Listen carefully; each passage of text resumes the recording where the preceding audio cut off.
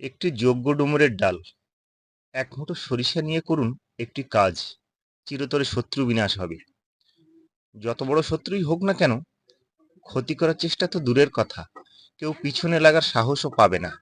আপনার কথা ভাবলেই শত্রুর মনোভাব বদলে যাবে, শত্রু বিনাশ হবে। কবে করবেন এই কাজ?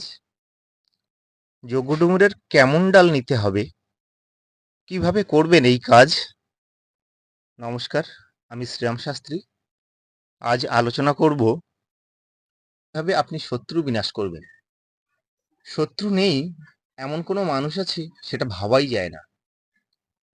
পশু পাখি, জীবজন্তু থেকে শুরু করে স্বর্গের দেবতাগণের মধ্যেও শত্রুতা লক্ষ্য করা যায়। আপনি বেঁচে আছেন যতদিন, শত্রু থাকবে ততদিন। আর এই শত্রুকে দমন করার জন্য একটিমাত্র ক্রিয়া করুন।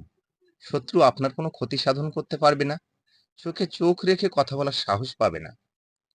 তো চলুন জেনে নেওয়া যাক কিভাবে ক্রিয়াটি করবেন।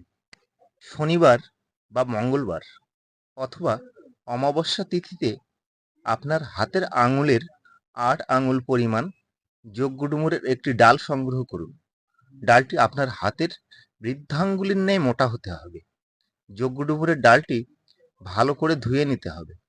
তারপর এক মুঠো সরিষা সংগ্রহ করতে হবে।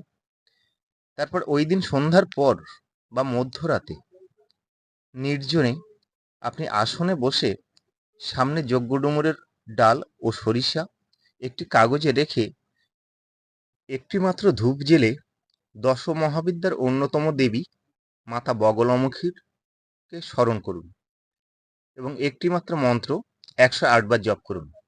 জপ করার সময় অবশ্যই যে আপনার শত্রুতা করছে বা ক্ষতি করার চেষ্টা করছে তার নাম ও চিত্র স্মরণ করুন। জপ শেষ হলে যজ্ঞ ডুমুর ও সরিষাগুলি নিয়ে গোপনে তার বাড়িতে যে কোনো স্থানে সরিষা ছড়িয়ে দিন এবং যজ্ঞ ডুমুরের ডালটি মাটিতে পুঁতে দিন। তারপর ২১ দিন প্রত্যহ ৮ বার করে মন্ত্রটি জপ করুন।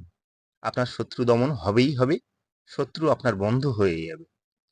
যে মন্ত্রটি করতে হবে সেটি হলো ওং নমঃ হ্লিং বগলামুখী সর্বদুষ্টানাং বাচাং মুখং স্তম্ভয় স্তম্ভয় জিহবাং কিলয় কিলয় দুষ্টবুদ্ধি নাশায় নাশায় নমঃ হ্লিং বগলামুখী দেব্যিং স্বাহা।